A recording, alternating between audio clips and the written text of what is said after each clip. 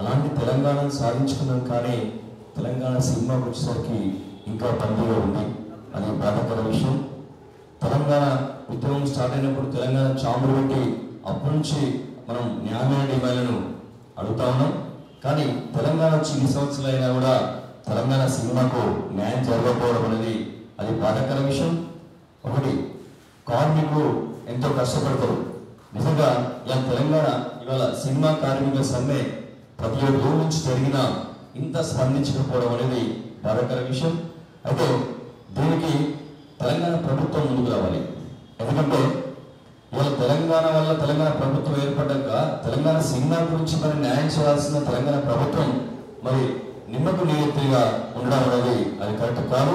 ఇప్పటికైనా మరి సభావేదిక నుంచి తెలియజేస్తాను, దయచేసి తెలంగాణను సాధించుకున్నాం, కానీ తెలంగాణ 24 క్రాఫ్ట్లను తెలంగాణ సాధించుకోలేకపోవడం. ఇంకొకటి బాధాకర విషయం అంటే ఇంతకుముందు లారాగా చెప్పారు, తెలంగాణలో ఉండి 24 కోట్ల వ్యక్తులు నాది తెలంగాణ అని చెప్తుందంటే ఏ పొజిషన్ ఎక్కడ ఉన్నాం తెలంగాణ సినిమా అనేది మనకు అర్థమవుతుంది. అంత భయప్రాంతులకు లోన్ చేసి మరి ఆంధ్ర వాళ్ళు సినిమాలు తీసి కోట్లు సంపాదిస్తున్నారు.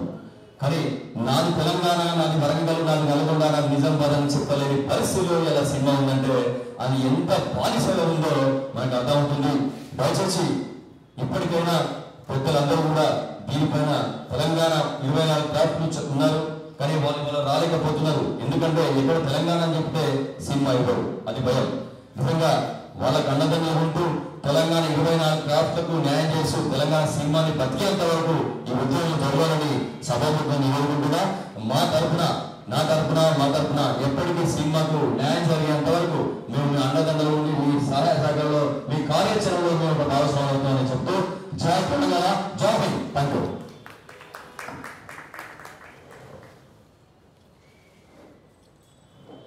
ఇప్పుడు మన శ్రావణ్ గౌడ్ గారు తెలంగాణ ఫిలిం జేఏసీ చైర్మన్ మాట్లాడుతున్నారు. జై తెలంగాణ. గట్టిగా తెలంగాణ రాలేదనుకుంటారా? ఇంకా మీరు తెలంగాణ వచ్చింది కదా, జై తెలంగాణ. కానీ మనకి ఇంకా సంఖ్యలు అట్లనే ఉన్నాయి, సంఖ్యలు తీపించుకుందాం. సినిమా ఇండస్ట్రీకి సంఖ్యలు వేసి గవర్నమెంట్ అది న్యాయంగా మనం కొట్లాడుకొని సంఖ్యలు తీసుకొని రుబాబుగా తిరుగుదాం. దానికి ఒకటి వదిలిపెట్టే ప్రసక్తే లేదు. మరి తెలంగాణ సినిమా వేదిక మన రామరెడ్డి అన్న గారికి, లారా గారికి, మోహన్ బైరాగ్ అన్న గారికి నమస్కారాలు తెలియజేస్తూ, మరి ఈ కార్యక్రమాలు కాకుండా ఇంతకుముందు కూడా బషీర్బాగ్లో కానీ సినిమా ఇండస్ట్రీలో కానీ ఎన్నో కార్యక్రమాలు వాళ్ళు తెలంగాణ సినిమా కళాకారుల గురించి, సినిమా గురించి వాళ్ళు కూడా తీసుకుంటున్న కార్యక్రమాలని ధన్యవాదాలు తెలియజేస్తూ, మరి మా అన్న పెద్దన్న జై బోలో తెలంగాణ సినిమాని అప్పుడున్న ఉమ్మడి ఆంధ్రప్రదేశ్లో తెలంగాణ పేరు చెప్పాలంటే సినిమా ఇండస్ట్రీలో మాకు అవకాశాలు రావని అయినా ఈ తెలంగాణ పేరు చెప్తే మళ్ళీ లోపల పడేస్తారని భయపడుతున్నారు. అది రియల్ ఎస్టేట్ కానీ, పొలిటీషియన్స్ కానీ, సినిమాలు కానీ, నా తెలంగాణ, నేను తెలంగాణ బిడ్డని, నా జాతి సినిమా, నా రాష్ట్ర సినిమా, నా తెలంగాణ బిడ్డ సినిమా జై బోలో తెలంగాణ అనే సినిమాని మా అన్న శంకర్ అన్న తీయడము వారికి ధన్యవాదాలు తెలియజేస్తున్నా. ఎందుకంటే అధికారం వచ్చినాక అందరూ వస్తారు, కానీ అధికారం రాకముందు కొట్లాడినట్టు మనం గుర్తుపెట్టుకోవాలి. సినిమాల గురించి మనం ఇన్ని మాట్లాడుతున్నాం, కానీ సినిమా తెలంగాణ సినిమాని ఇట్లుంటది అని చూపించి ఒక గద్దర్ని పెట్టి ఒక జగపతి బాబు అనే పెద్ద హీరోని పెట్టుకోని అలా అంటే అది మామూలు విషయం కాదు. వారికి ధన్యవాదాలు తెలియజేస్తూ, మరి తెలంగాణ రాకముందే ఇంత త్యాగం చేసిండు, మనం పోరాటం చేసినాము. తెలంగాణ వచ్చినాక ఇంకెన్ని చేయాలి మనం? మళ్ళీ అన్నది ఇంకా మనం ఏ స్థాయిలో పెట్టుకోవాలి? ఒక డైరెక్టర్గా, ఒక ఆర్టిస్ట్గా 24 క్రాఫ్ట్ ఉన్న వాళ్ళందరూ ఏడుగురు ఏమైనా ఆలోచిస్తున్నా మీరు? ఇంకా అసలు భారతదేశం ఉన్నామా? బ్రిటిష్ వాడు మనకు పరిపాలిస్తుందా? బ్రిటిష్ వాడు మాయ, అక్కడ ఉన్నోడు ఆంధ్రోడు బగాయించే వాడి అమ్మ తెలంగాణ తెచ్చుకున్నాక కూడా ఇంకెందుకు భయపడుతున్నా మీకు అర్థమైతే లేదు. అది రాజకీయంలో అక్కడే పాడైంది, సినిమా ఇండస్ట్రీలో అక్కడే పాడైంది. మనకి రావా అవకాశాలు? ఇంకా మనం పోరాటం చేయలేమా? ఎందుకు ఇలాంటి వేదికలు ఏదైతే పీజే సినిమా వేదిక లాంటివి, ఫిలిం చేసి లాంటి వేదికలు మీరు ప్రతి ఒక్కరు కూడా సపోర్ట్ చేయాలి. పోరాటం చేస్తేనే బానిస సంఖ్యలు తొలగిపోతాయి. మనం పోరాటం చేయాల్సిన అవసరం ఎందుకు ఉంటుందంటే భావి తరాల కోసం పోరాటం చేయాల్సిన అవసరం ఎంతైనా ఉండదు. ఒక నిర్మాత తెలంగాణలో సినిమా తీయాలని అంటే రెడీ ఉండు, కానీ నేను పైసలు పెడితే నా పైసలు రివర్స్ వస్తాయా, ఎట్లా ఏదైనా కాన్ఫిడెన్స్ మనం ఇవ్వాల్సిన అవసరం ఎంతైనా ఉండదు. ఇలా శంకరన్న లాంటి డైరెక్టర్లు ఎంతో మంది వెయిట్ చేస్తున్నారు. వాళ్ళకి మనం ఒక 10 కోట్లు 5 కోట్లు పెట్టి 20 కోట్లు పెట్టి ప్రొడ్యూసర్లు మనం చేపాటు వాళ్ళకి సపోర్ట్ గా నిలబడితే 100% మనం మొదలాది తెలంగాణ సినిమాలు, తెలంగాణ డైరెక్టర్లు మంచి మంచి ఆంధ్ర సినిమాకి ఈ ఆంధ్ర తెలంగాణ అనేది ఏం లేదు. మనం మంచి మంచి సినిమాలు తీయొచ్చు, మనం ప్రొడ్యూసర్ గా ముందుకు రావాలి. రెండో పాయింట్, తెలంగాణ వచ్చింది, ఆ తెలుగు ఫిలిం ఛాంబర్ తలబడేవాడా వచ్చింది. మేము కొట్లాడి పైడి జయరాజన్న జయంతి చేయాలి అధికారికంగా కొట్లాడుతున్నాం. 10 ఏళ్ళ నుంచి శంకర్ అన్న పిలుచుకున్నాం, ఫస్ట్ డైరెక్టర్లను పిలుచుకున్నాం, బైరాగన్నని పిలిపించుకున్నాం, విమలక్కని పిలుచుకున్నాం. అరే నేను ఒక ఫోటో పెట్టుకున్నాక చిన్న ఫోటోకి పర్మిషన్ ఇచ్చారు వాళ్ళు, దానిపైన పెద్ద పెద్ద ఫోటోలు పెట్టిన ఎన్టీ రామారావు, నాగేశ్వరరావు, ఎల్లిగాంధీ, మల్లిగాంధీ అందరూ పెట్టి నేను బరబాలంట. నా తెలంగాణ జోలికి ఓడలు వస్తే, నా తెలంగాణ కళాకారుల జోలికి ఓడలు వస్తే వాళ్ళు పాత్ర వేయడానికి నేను రెడీ ఉన్నా. మీరు రెడీ ఉన్నా? ఎందుకంటే భయము. ముఖ్యమంత్రి మనోడే, తెలంగాణోడే కదా ఆంధ్రోడా. హోమ్ మినిస్టర్ మనోడే, తెలంగాణోడే ఆంధ్రోడా. సినిమాటోగ్రఫీ మనోడే, తెలంగాణోడే ఆంధ్రోడా. కానీ కోమటిరెడ్డి వెంకటరెడ్డి నువ్వు ఏం చేస్తున్నావా సార్? ఓ కోమటిరెడ్డి సార్, మీడియా రూపకంగా చూడాలి, మీరు ఇంటెలిజెన్స్ ఉంటా కూడా మీకు రిపోర్ట్ పోవాలి. అసలు ఏం జరుగుతుంది మా తెలంగాణ సినీ కళాకారుల గురించి? సినిమాటోగ్రఫీ మినిస్టర్ ఉంటావు నువ్వు, మా గురించి ఏమైనా ఆలోచిస్తున్నావా? ఉమ్మడి ఆంధ్ర తెలంగాణ వచ్చినాక టీఆర్ఎస్ గవర్నమెంట్ మనం డిమాండ్ చేస్తే రవీంద్ర భారతిలో ఒక ఫోటో పెట్టింది. మరి నువ్వేం చేస్తున్నావు ఇప్పుడు? కాంగ్రెస్ గవర్నమెంట్ వచ్చింది కదా, మా సినిమా ఇండస్ట్రీ గురించి ఒక చర్చలు పెట్టారు. సినిమా అంటే తమాషా అనుకుంటున్నా మీరు? ఒక ప్రభుత్వాలనే కింద మీద వేసేస్తారు, అదే సినిమాకున్న పవర్. ఒక ఎన్టీ రామారావు లాంటి ఆయన ఒక సినిమా హీరో ప్రభుత్వాన్ని ఏర్పాటు చేసిండు టీడీపీని పెట్టి. ఇలా పవన్ కళ్యాణ్ ఉప ముఖ్యమంత్రి అయ్యిండు టీడీపీ ఏదో జనసేన పెట్టి. సినిమా అంటే ఎంత గ్లామర్ ఉంది, ఎంత ఉంది. తెలంగాణలో అంటే మీకు అంత చిన్న చూపా ముఖ్యమంత్రి? కోమటిరెడ్డి వెంకటరెడ్డి గారు, సినిమాటోగ్రఫీ గారు, దయచేసి పైడి జయరాజ్ అవార్డ్స్ మీరు పెట్టిన దాని మీద కూడా క్లారిటీ చేయాలి. ఏదైతే మన గద్దర్ అవార్డ్స్ పెట్టిన దాని మీద కూడా ఒక డిమాండ్ ఉంది. దయచేసి దాని మీద కూడా ముఖ్యమంత్రి, ఇక్కడ ఉన్న పెద్ద మనుషులు మీరు ఏదైతే మీడియాలో చూస్తారో పిలవండి. అసలు ఏం జరుగుతుంది సినిమా ఇండస్ట్రీల మీద, ఏం చేద్దాం అని చెప్పి చర్చలకు పిలవాల్సిన అవసరం ముఖ్యమంత్రికి ఉన్నది. రేవంత్ రెడ్డి గారు, మా సర్దార్ సర్వాయి పాప అనే సినిమా మేము తీసినాం. మా నాన్న సర్దార్ పాప అనే సినిమా హీరో ప్రొడ్యూసర్ గా చేసి 2 కోట్లు కూడా కొట్టుకున్నాం 2002లో. పిచ్చోడు అన్నారు అందరు, కానీ ఒక చరిత్ర తీసిన సాటిస్ఫాక్షన్ మాకుంది. అలా సుమన్ని పెట్టినాం, అభినయ్ సింగ్ పెట్టినాం, రామ్ రెడ్డిని పెట్టినాం, కృష్ణని పెట్టినాం. 2 కోట్ల ఆరోగ్య, అలా 2000 కోట్ల ఆస్తి మాకు నాటకరామ్ కూడా ల్యాండ్ కొనుక్కుంటే. ఇవాళ గవర్నమెంట్ దిగొచ్చి అధికారికంగా ఆయన విగ్రహం ట్యాంక్ బండ్ మీద పెడుతున్నది. 500 విగ్రహం తెలంగాణలో ఎప్పుడో పెట్టేసినాం మేము. అదే పోరాటం కూడా శక్తి. కాబట్టి మనం 100% సినిమా ఇండస్ట్రీ లారాన్ని ఏదైతే తీసుకుంటో దానికి మనం పూర్తిగా మద్దతు ఇస్తూ నిరంతరం పిడిక పొగ పెడదాం. ఒరిగడ్డి లెక్క ఏదో ఒక మీటింగ్ పెట్టేసి తెల్లారి మనం అనుకునేది ఈ సంఘం కాదు. పిడిక పొగ అంటే కంటిన్యూ పొగ ఉంటది. ఒరిగడ్డి అంటే ఏదో బుస్సు అంటే తుస్సంటది. వీడు అల్లంటప్పుడు లేడు, అంత కరుడుగడ్డ తెలంగాణలో మేము ఉన్నాము. మా ఇంకా పెద్ద పెద్ద శక్తులు బరాబర్ ఉన్నాయి. ఇది ఖాళీ పేర్లు పడుతున్నాయి, ఇంకా సినిమా చాలా ఉన్నది అని చెప్పి గవర్నమెంట్ తెలియజేస్తూ తొందరగా చర్చలకు నిలవాలి రేవంత్ రెడ్డి గారు తెలియజేస్తుంది. నందిని సిద్ధారెడ్డి గారు వేదిక మీదకి రావాల్సిందిగా కోరుతున్నాం.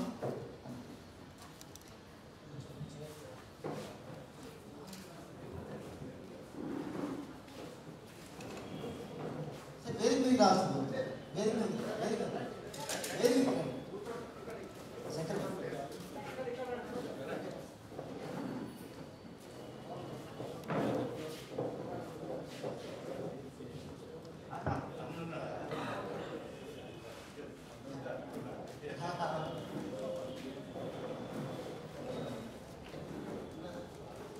శ్రావణునికి అభినందనలు. అయితే ఇందులో యాడింగ్ ఏంటంటే మనం సినారా జయంతి సందర్భంగా తెలుగు ఫిలిం ఛాంబర్లో తెలంగాణ సినిమా వేదిక 94వ జయంతి నిర్వహించింది. ఆ రోజు పాసం యాదగిరి గారు కూడా గెస్ట్గా వచ్చిండ్రు. మన మీటింగ్ని ముగించుకొని పోతున్న క్రమంలో మా వాళ్ళ ఫోటోలు ఏవి అని ఒక మాట మాట్లాడినందుకే మేము పెట్టంపో ఏం చేసుకుంటారో చేసుకోండి అనే ఒక అహంకారపు వైఖరిని తెలుగు ఫిలిం ఛాంబర్ ప్రసన్న కుమార్ గారు తీసుకున్న సమయంలో గొడవ జరిగింది. ఆ తెలుగు ఫిలిం ఛాంబర్లో మన వాళ్ళ ఫోటోలు చాలా చిన్నగా ఉన్నాయి.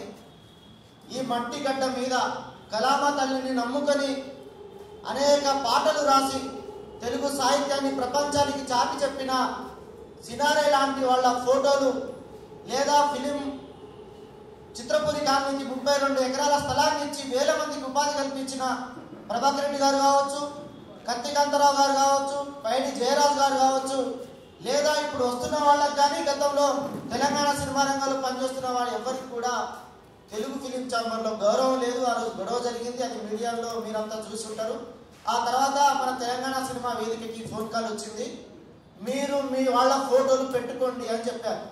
అది మొదటిగా తెలంగాణ సినిమా వేదికగా సాధించిన విజయం అది. ఎందుకంటే 11-12 సంవత్సరాలు అవుతున్నా కూడా మన వాళ్ళను ఫోటోలు పెట్టుకోవడానికి కూడా మనం అనుమతిని తీసుకోవాల్సిన స్థితి నుంచి ఇవాళ మీ ఫోటోలు మీరు పెట్టుకోండి, ఎక్కడ పెట్టుకుంటారో పెట్టుకోండి అనే స్థాయికి మనం వచ్చినాం. అట్లాగే ఆంధ్ర తెలంగాణ సినిమా అంశాన్ని కూడా మనం సాధించుకుంటామని తెలియజేస్తూ ఇప్పుడు Telangana 24 crafts Telangana film federation రాష్ట్ర అధ్యక్షుడు కార్తిక్ రెడ్డి గారిని మాట్లాడాల్సిందిగా కోరుతాం.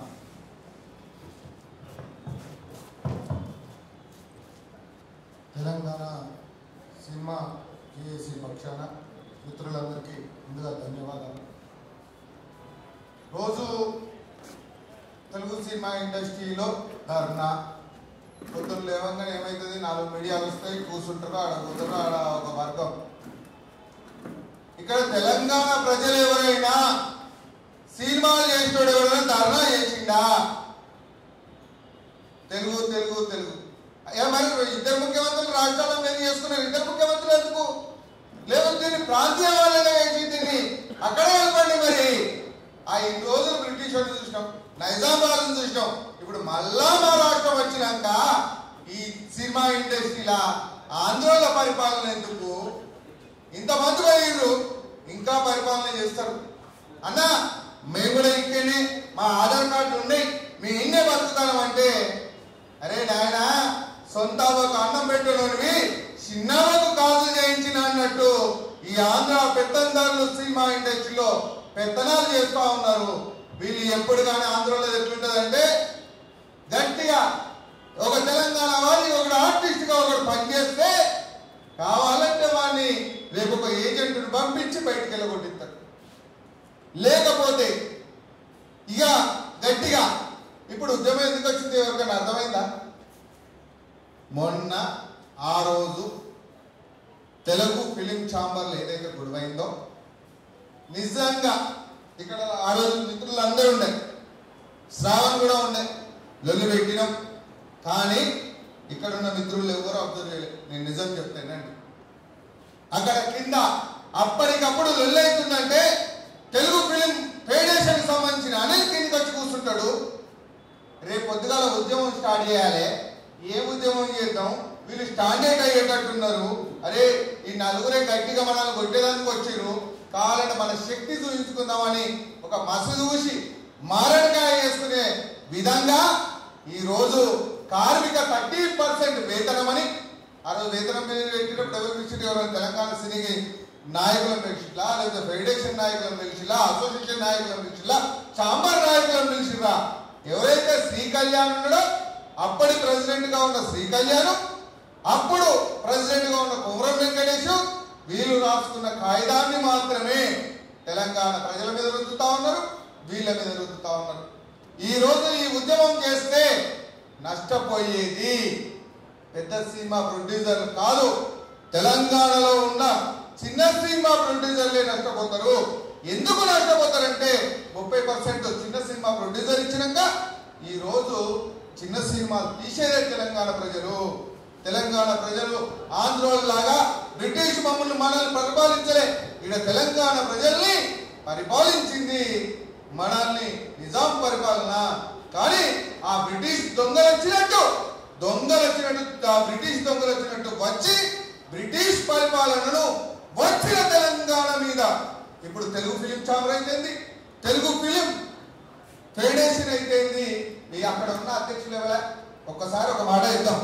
ఎవరైనా ఒక తెలంగాణ అధ్యక్షుడు ఉన్నాడంటే నాకు తెలిసి అక్కడ Telugu digital artist movie association మాత్రం ఒక ఆయన కేడి రాజు అనే ఆయన ఒక ఆయన ఉన్నాడు. కడవాడు ఎవడున్నాడు? ఆ తెలుగు 24 క్రాఫ్ట్స్ అధ్యక్షుడు ఎవడున్నాడు? ఒక్క తెలంగాణ బిడ్డ ఉన్నాడా?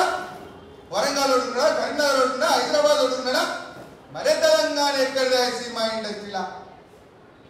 సినిమా ఇండస్ట్రీలో తెలంగాణ వేతనం చూపించారు కానీ పొద్దున్న లేస్తే మీటింగ్ పెట్టుకుంటారు. కోమటిరెడ్డి వెంకటరెడ్డి కావాలి, పొద్దున్న లేస్తే వీళ్ళకి చెంచాగిరి చేసే అక్కడ ఉన్న లేబర్ కమిషనర్ గంగాధర్ కావాలి, పొద్దున్న లేస్తే వీళ్లకు చెంచాగిరి చేసినందుకు సినీ ఆటోగ్రాఫీ మినిస్టర్ కోమటిరెడ్డి వెంకటరెడ్డి కావాలి.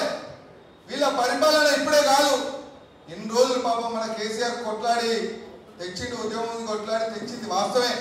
ఉన్న రోజులు మనోళ్ళని లేపారు, వీళ్ళని బదిలాడతారు. ఎట్లుంటదంటే వీళ్ళు డబ్బుల కట్టలతోని లేకపోతే రేపు పొద్దుగల తెలంగాణ అని ఇక్కడ మాట్లాడిన ఎవడైనా ఒక సినిమా చేసుకునేటోడే కానీ ఏదన్నా తెలంగాణ ఉద్యమం గురించి మాట్లాడితే రేపు పొద్దుగల మనకు అవకాశం ఇయ్యరు. కావాలంటే వాడు పోయి మైకు పట్టుకొని ఒకరు మాట్లాడితే ఒక సినిమా తీస్తా ఉంటే ఆ తెలుగు ఫిలిం ఛాంబర్ లో ఉన్న ఒక 10 మంది దొంగలు రేపు టైటిల్ క్యాన్సిల్ చేస్తారు, కావాలంటే ఆ స్టోరీ మీద ఇంకో స్టోరీ రాపిస్తారు, కావాలంటే ఇవన్నీ కథలు తెలంగాణ ప్రజల మీద.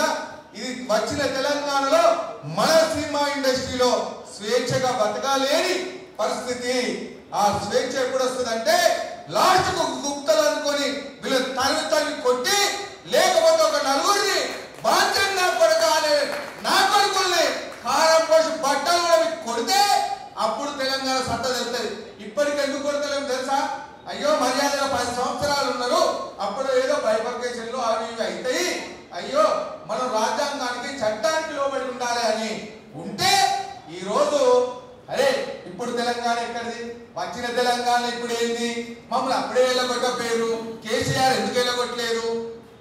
అరే నీ అమ్మ వాళ్ళు ఎందుకు వెళ్ళగొట్టలే, వీళ్ళు ఎందుకు వెళ్ళగొట్టలే అంటే నీ ప్రాంతంలో నీ వాడికి పువ్వు పెట్టేందుకు నీకు సిగ్గుశరం లేదు అంటే నీ తల్లి మీద నీ ఆంధ్ర ప్రజలకు మీ ఆంధ్ర వాళ్ళకు మీ ఆంధ్రప్రదేశ్ అంటేనే ఇష్టం లేదా? మరి తెలంగాణ ప్రజలంటే అంత ప్రేమ ఎందుకు వస్తుంది మీకు? ఈడ నిధులు ఉన్నాయి, వీటిని దోసుకపోవాలి, ఆడ కట్ట పెట్టాలి. ఈడ సినిమా అంటే అయ్యా పవన్ కళ్యాణ్ ఎన్నోసార్లు చెప్పిండు మీకు, అయ్యా రండ్రయ్యా వీళ్ళంతా ఇక్కడ నుండి ప్రొడ్యూసర్లు అంతా పోయినాక ఆ రోజు నాకు ఒక మినిస్టర్ దగ్గర నుండి ఫోన్ వచ్చింది. అసలు అక్కడ సమావేశం ఎవరు జరిగిందంటే లోపల జరిగే రాజకీయం వేరు, 24 క్రాప్ల 30% వేతనాలు వేరు. ఈ వేతనం పేరు చెప్పి లోపల రాజకీయాలు ఎన్నో ఉన్నాయి. వాస్తవ రాజకీయం మీడియా ముందుకు రావట్లేదు. అంటే ఏమంటారంటే ఇప్పుడు నేను చెప్తే ఏమంటారు, ఇదంతా బాల్స్ అంటారు, ఇదంతా బాల్స్ అంటారు. వాస్తవంగా ఒక 2 నాయకుల కోసం సినిమా ఇండస్ట్రీలో ఒక 2 కోసం ఒక 2 వ్యక్తుల మధ్యలో జరిగిన ఫైనాన్షియల్ యుద్ధమే ఈ 30% వేతనం. 30% వేతనం. నేను గౌరవ రంగారెడ్డి జిల్లా కలెక్టర్ కి చిత్రపురి కాలనీలో జరుగుతున్న అవినీతి మీద మరియు ఆ రోజు జిహెచ్ఎంసి కమిషనర్ గా ఉన్న తెలంగాణ కాంగ్రెస్ గవర్నమెంట్ వచ్చిన తర్వాత నేను పెట్టిన ఒక అప్లికేషన్ మీద అప్పుడు అమరపాలి గారు HMDA commissioner, Rangareddy collector, society IAS Raghunandan Rao వీళ్ళంతా స్పందించి ఏం చెప్పామంటే చిత్రపురి కాలనీలో ఏవైతే రో హౌసెస్ ఉన్నాయో ఇవి అక్రమ నిర్మాణం. అప్పుడు ఉన్న మణికొండలో ఉన్న గ్రామ పంచాయతీ పర్మిషన్ లేదు, ఈ లేఅవుట్ పర్మిషన్ హెచ్ఎండిఏలో తెచ్చారు. ఇది ఈ అక్రమము, దీన్ని డిస్మెంటల్ చేయాలని చెప్తే ఇక్కడ ఉన్న వాళ్ళు ఏం చేస్తారంటే అక్కడ మణికొండలో ఉన్న టౌన్ ప్లానింగ్ ఆఫీసర్ కి స్పష్టంగా ముఖ్యమంత్రి గారు లెటర్ రాసి ఈ 222 ఇళ్లను కూల్చేసి ఆడ 17 ఎకరాల ల్యాండ్ ను మా తెలంగాణ సినీ కార్మికుల కోసం నిర్మాణం చేసుకుంటా అంటే ఈ 4 ఇల్లులు కూడా కొట్టగానే అక్కడ ఉన్న తెలుగు ఫెడరేషన్ అధ్యక్షుడే అనిల్ కుమార్ వల్లభనేని చిత్రపురి కాలనీ అధ్యక్షుడు. ఆయన ఏం చేస్తాడంటే నేరుగా పోయి 4 మినిస్టర్లను పట్టుకొని ఆడ కూర్చొని డ్రామా చేస్తాడు. కావాలంటే దానికి సంబంధించిన జీవో పేపర్ ఆ రోజు కోట్ల విజయభాస్కర్ రెడ్డి గారు మరియు ఆ రోజు తెలంగాణ నటుడైన ప్రభాకర్ రెడ్డి గారు అప్పటి ముఖ్యమంత్రి అప్పుడున్న కాంగ్రెస్ పార్టీ గవర్నమెంట్ తెచ్చిన జీవో ఇప్పుడు తెలంగాణ రాష్ట్రం ఏర్పడిన ఏం జరిగిన జీవో నెంబర్ 658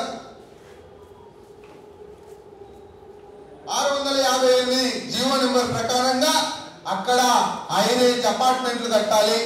అక్కడ మనము తెలంగాణ ప్రజల కోసం అంటే రాష్ట్రాలు విడిపోతాయా ఉంటాయా, రాష్ట్రాలు ఎన్నటికైనా విడిపోవచ్చని అప్పుడు ఇచ్చిన జీవో ప్రకారమే అక్కడ హైరేంజ్ అపార్ట్మెంట్లు కట్టాలి అన్నారు.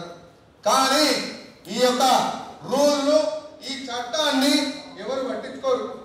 ఏం చేస్తారంటే అప్పటికప్పుడు ఇక మా నలుగురు వచ్చినాం, నలుగురు పోయినాం, మనం ధర్నా చేసినాం, మనకి సినిమా ఇవ్వద్దు, వాడు ఇంకొకసారి రావద్దు, ఇక్కడ ఒక కార్మికుడు ఉంటే ఇలా తమ్ముడు వచ్చిండు ఒక ఆర్టిస్ట్ అని చెప్పిండు.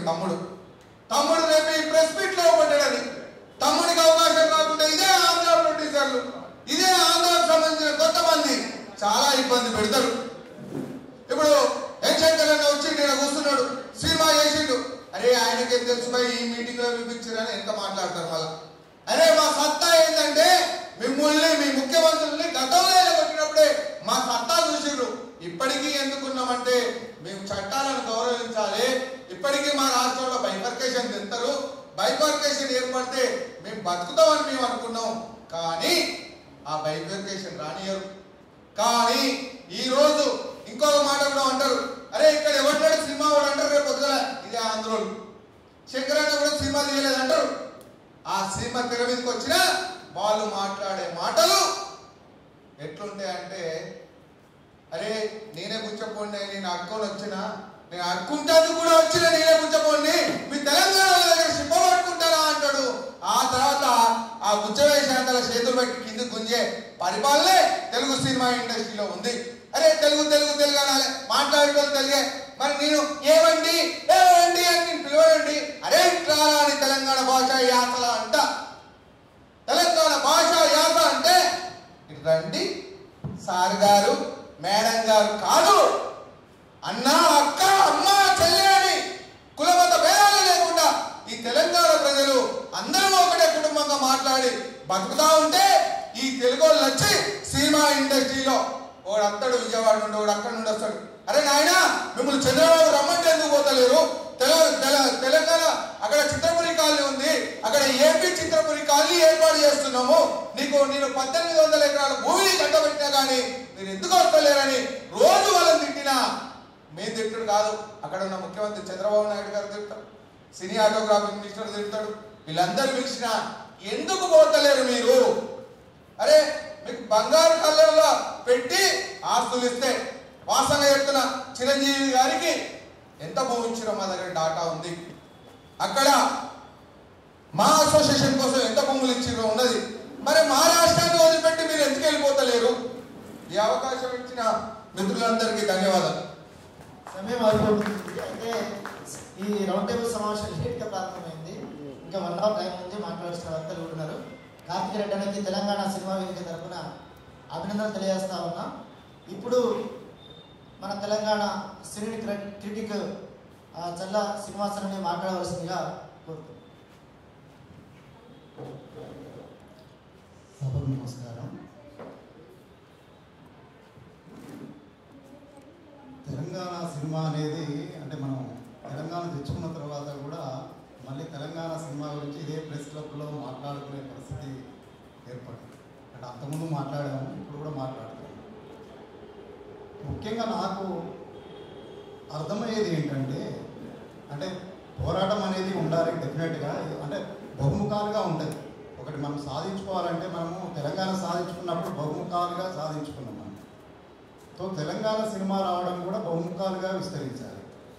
దీంట్లో ఒకటే పాయింట్ మనం అడిగేది ఏంటంటే, ఎక్కడైనా సరే సంస్కృతి సాహిత్యం ఉన్న కాడ సంస్కృతి ఉంటుంది, సాహిత్యం ఉంటుంది. మీకు మలయాళం తీసుకున్నా, బెంగాల్ తీసుకున్నా, మీకు ఎక్కడ తీసుకున్నా, తమిళనాడు తీసుకున్నా, వాళ్ళకు సంస్కృతి ఉంటుంది, వాళ్ళకు సాహిత్యం ఉంటుంది.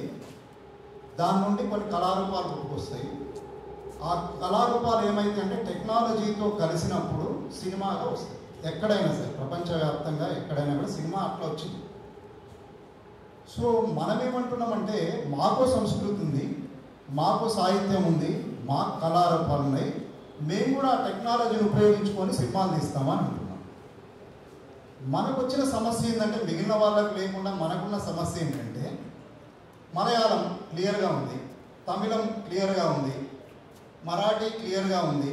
అంటే మరాఠీ అఫ్కోర్స్ హిందీలో నుండి వచ్చింది అనుకోండి. మన దగ్గరికి వచ్చేసరికి మనం కొన్ని దశాబ్దాలుగా మనము తెలుగు తెలుగు తెలుగు అనేది మన దగ్గర పడిపోయింది. సరే, రాష్ట్రం ఏర్పడిన తర్వాత నువ్వు తెలుగు సచివాలయం అంటున్నావా, తెలంగాణ సచివాలయం అంటున్నావు, తెలుగు ఆర్టీసీ అంటున్నావా, తెలంగాణ ఆర్టీసీ అంటున్నావు. మరి సినిమా కూడా తెలంగాణ సినిమా ఉన్నదని మనం అంటున్నాం. ఇది పాయింట్. సో తెలంగాణ మనకు కళారూపాలు ఉన్నాయి, సంస్కృతి ఉంది, సాహిత్యం ఉంది, పండుగలు ఉన్నాయి. మనకు కొందరు అన్సంగ్ హీరోలు ఉన్నారు మన దగ్గర కూడా, వాళ్ళని కూడా సినిమాలుగా తీయాలని మనం అందరం కోరుకుంటున్నాం.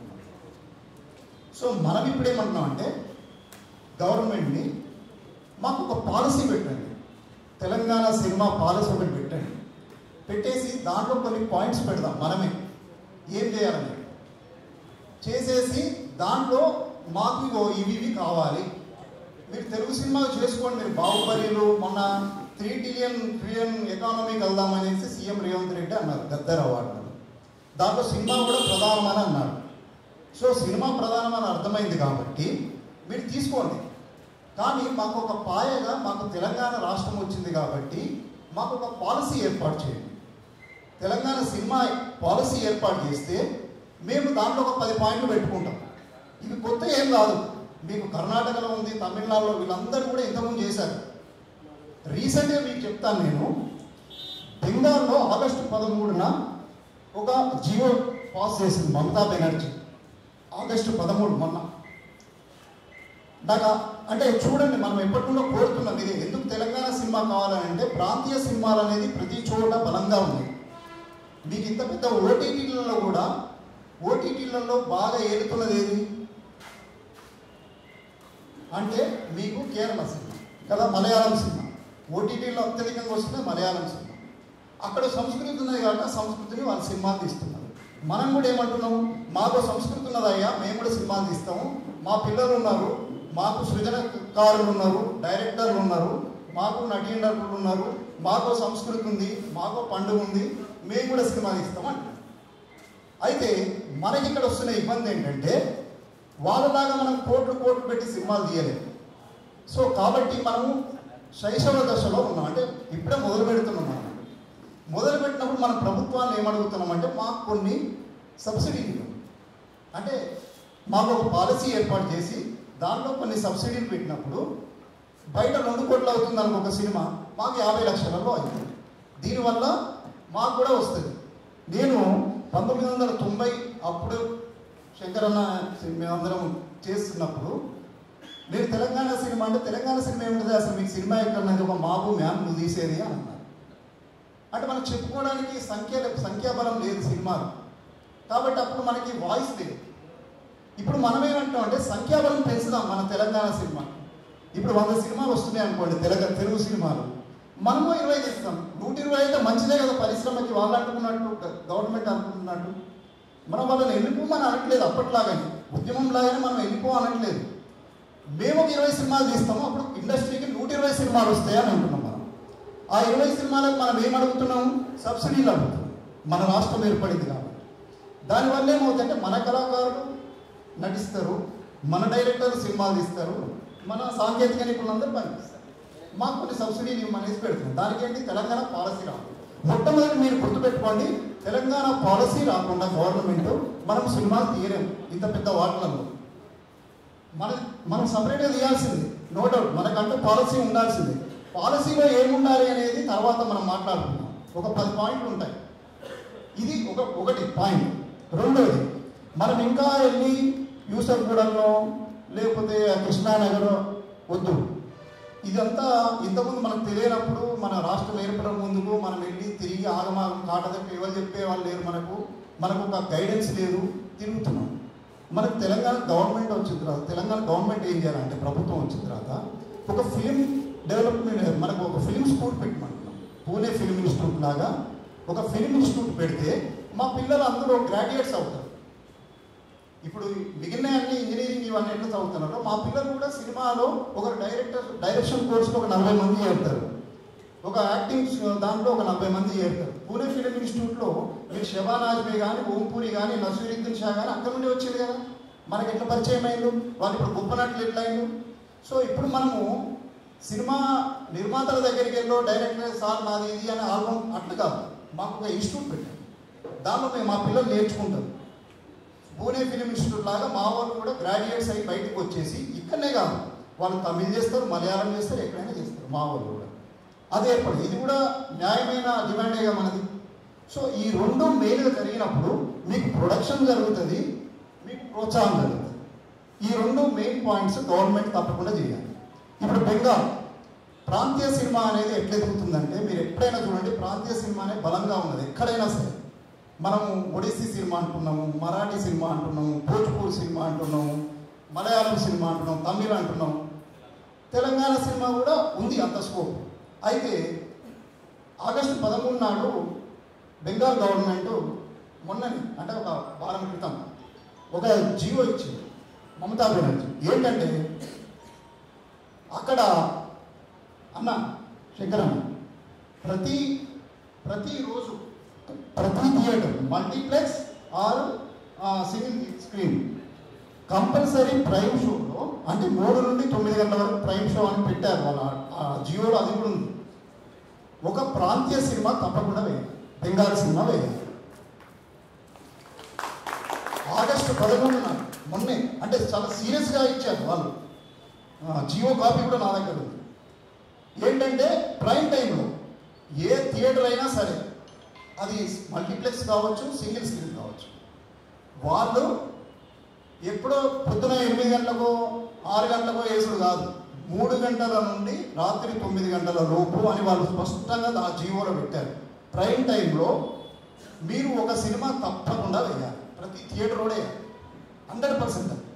జియో అది ఏంటి ఇలా జరిగింది అనేసి నేను ఆశ్చర్యంగా ఇంకా స్టడీ చేస్తే ఇంకొక ఆశ్చర్యకరమైన విషయం తెలిసింది. ఏంటంటే బెంగాల్లో 2023లో 122 సినిమాలు వచ్చినాయి, 2024లో 40 సినిమాలు వచ్చినాయి. చూడండి ఎంత తగ్గింది అంటే 122 సినిమాల నుండి ఒక సంవత్సరంలో 40 సినిమాలకు వచ్చింది. అంటే ప్రాంతీయ సినిమా తగ్గడానికి ఏంటి కారణం అనేది వాళ్ళు కొంత రీసెర్చ్ చేసి మనం ప్రదర్శన కూడా అంటే వాళ్ళకి థియేటర్లు దొరకట్లేదు, మీరు ఇంతకుముందు అన్నారు థియేటర్లు ఇవన్నీ కూడా మన పాలసీలో వస్తాయి. మనది రిలీజ్ అయినప్పుడు వాళ్ళది అవ్వాలా వద్దా, మనకి ఎన్ని థియేటర్లు ఇవ్వాలి, ఇవన్నీ పాలసీలో మాట్లాడుకుందాం మనం. సో మనకు కావాల్సిన మన డిమాండ్ ఏకైక డిమాండ్ అంటే మనకు ఒక సినిమా పాలసీ కావాలి, మన పిల్లలు ఎదగడానికి ఒక ఫిలిం ఇన్స్టిట్యూట్ కావాలి. ఈ రెండు మనకు basic things first. So Bengal government study చేస్తే అన్ని సినిమాలు తగ్గినాయి, ప్రాంతీయ సినిమాలు ఎందుకు తగ్గినాయి అని వాళ్ళు చాలా సీరియస్గా తీసుకొని ఇవి కారణాలు అనేసి, లేదు మా సినిమా కంపల్సరీ కూడా నడవాల్సిందే అనేసి వాళ్ళు ఇప్పుడు ఇంప్లిమెంట్ చేస్తున్నారు. ప్రతి థియేటరు ప్రతి మల్టీప్లెక్స్ కూడా డెఫినెట్గా ప్రతిరోజు ఒక వాళ్ళ ప్రాంతీయ సినిమా వేయాలి. సో ఇలాంటివి జరిగితే తప్ప మనకు మన తెలంగాణ సినిమా అనేది ఒక డైనోసర్ లాంటి తెలుగు సినిమాలో నుండి మనము రాలేదు. మనం ఏం చేస్తున్నాము, మన పిల్లలు కూడా నేను అబ్జర్వ్ చేస్తున్నాను, చాలామందిని సినిమా ఆలోచిస్తున్నారు, సరే రెగ్యులర్ సినిమా చూస్తున్నారు. మన సంస్కృతి సాహిత్యాన్ని మన సినిమాకి ఎట్లా మలవాలి, మనకు నాలెడ్జ్ ఉందా? పోనీ మన దగ్గర ఇమీడియట్గా ఇప్పుడు మనం జియో పాస్ చేయించుకొని ఏదో చేస్తే మన దగ్గర ఒక 4 సినిమాల స్క్రిప్ట్లు ఉన్నాయా? నిజంగా మాట్లాడుతున్నాం, ఎవరైనా చేస్తున్నా అంటే మనం ఆవేశంగా మాట్లాడుతున్నాం, కానీ మనం ఆ వైపున ఏమైనా మనం అడిగేస్తున్నామా? నేను చాలామంది పిల్లల్ని అడుగుతున్నాను, ఆఖరికి వచ్చిన వాళ్ళని, బాబు నువ్వు అంటున్నావు, నువ్వు స్క్రిప్ట్ పట్టుకున్నాడు, స్క్రిప్ట్ కనిపించడు నాకు. మనం చాకల ఏదమ్మా సినిమా తీయవచ్చు అంటే ఎట్లా తీస్తాం అంటే దాన్ని మెయిన్ స్ట్రీమ్ అందరూ చూసేలాగా తీయాలి కదా, డాక్యుమెంటరీ లాగా తీయడం కాదు కదా, దాన్ని కూడా మనం కమర్షియల్ వేలోనే తీయాలి కదా కంపల్సరీ. సో కమర్షియల్లోకి కొన్ని టెక్నిక్స్ ఉంటాయి, కొంత ఎట్లా మార్చాలి ఇవన్నీ ఉంటాయి కదా. మరి ఆ వైపు మనం నేర్చుకుంటున్నామా? ఊరికే తిరుగుతున్నాం, అక్కడ కాడ తప్పి తిరుగుతున్నాం. అట్లా కాదు, మనం కొద్దిగా ఆలోచించి ఏం చేయాలనేది ఇప్పుడు నేను అంటున్న పాలసీలో మనం ఒక జనరేషన్ కూడా తయారు చేసుకోవాలి. అంటే మన తెలంగాణ సినిమా నెక్స్ట్ జనరేషన్ చూసే వాళ్ళని కూడా మనం తయారు చేసుకోవాలి. అంటే ఏం చేయాలి? వాడు ఇప్పుడు మహేష్ బాబు సినిమానో ఏదో చూస్తున్నాడు అనుకో, వాడిని మనం బలగం చూసేలాగా చేయాలి. అప్పుడే మనం కంపల్సరీ మనం ఒక ప్రేక్షకుని తయారు చేసుకుంటే కానీ మన సినిమా వెళ్ళదు. సో ఇదంతా తర్వాత జరుగుతూ వస్తూ ఉంటుంది. నెక్స్ట్ జనరేషన్కి మనం ఏం చేయాలంటే సినిమా కాలేజీలలో లేకుంటే సినిమా అది మన కాలేజీలలో కానీ స్కూళ్ళల్లో కానీ మనం సినిమా క్లబ్లు పెట్టి మనం చేస్తాం. మనం ఒక ఫెస్టివల్ చేసుకుంటాం, తెలంగాణ ఫిలిం ఫెస్టివల్. దాంట్లో మన సినిమాని ప్రదర్శిస్తాం, మనం ఒక వేడుకలాగా చేసుకుంటాం. ఇవన్నీ చేసుకోవడం కూడా మీరు గమనించండి, ఇప్పుడు జనరేషన్ కూడా కంపల్సరీ మన తెలంగాణ సంస్కృతి పట్ల చాలా ఇంట్రెస్ట్గా ఉన్నారు. కాకపోతే మనం వాళ్ళ పద్ధతులు మనం అందించాలి. ఇప్పుడు మన భూగత జలపాతం అంటే మన వాళ్ళందరూ కార్లు వేసుకొని పిల్లలు అందరూ పోతున్నారు. అంటే అట్లాంటిది మనం ఒకటి చేయగలిగితే తప్ప మన వైపు అది చూడరు. వాళ్ళని అడిగున్నారు, వాళ్ళ హక్కున చేర్చుకునేది. కానీ మనం అంత దూరము మనం ఇంకా ఆలోచించట్లేదు. సో అందుకోసం ఏంటంటే ఇవన్నిటిని కూడా పోరాటాలు గీరాటాలు వాడు మనం పెట్టిండా పెట్టలేదు, మనం గద్దర అవార్డులు ఎందుకు ఇచ్చినాము? మనకు అసలు ఒక్క సినిమా లేదని వాళ్ళే అంటున్నారు. మరి ఎవరికి ఇస్తున్నాం మనం అవార్డు? దాని బదులు ఇప్పుడు 40 కోట్లు పెట్టి గద్దర అవార్డు చేసే బదులు మనకు ఒక ఏడాదికి ఒక మంచి సినిమాని మనమే సెలెక్ట్ చేసుకొని దానికి ₹1 ఇద్దాం. ఏమైంది? దాన్ని మనం భుజాల మీద ఎత్తుకొని మనం ఊరేగదాం, దాన్ని కేన్స్ ఫిలిం ఫెస్టివల్ లాగా తీసుకుపోదాం, దాన్ని ఆస్కార్కు ఎట్లా పంపాలని చూద్దాం. అది మనకు కావాలి కదా. ఇప్పుడు మనం ఎందుకు అట్లా ఆలోచిస్తున్నాం? అది కాదు, ప్రభుత్వం దీనికి కంపల్సరీ ప్రభుత్వం పూనుకోవాలి. అది ఒక్కరి దగ్గర కాదు. ఒక్కరికి ఎంత శక్తి ఉంటుంది? ఒక సినిమా తీస్తాడు, పైసలు పోగొట్టుకున్నాడు, మళ్ళీ ఆ చట్రంలో పడుతున్నాడు, డబ్బులు పోయిన తర్వాత నాయకుడు పోయినాయని అంటున్నాం. అది కాదు మనకు కావాల్సింది. మనకి ఇప్పుడు కావాల్సినది గవర్నమెంట్ సపోర్టే కావాలి. గవర్నమెంట్ మనము ఫస్ట్ విజ్ఞప్తి చేస్తున్నాం, ఇప్పుడు డిమాండ్ చేస్తున్నాం. ఎందుకంటే సో మేము కూడా మాకు సంస్కృతి ఉంది, మాకు కళలు ఉన్నాయి, మేము కూడా సినిమా తీస్తాం, మాకు మీరు ఫలానికి. సో ఇదంతా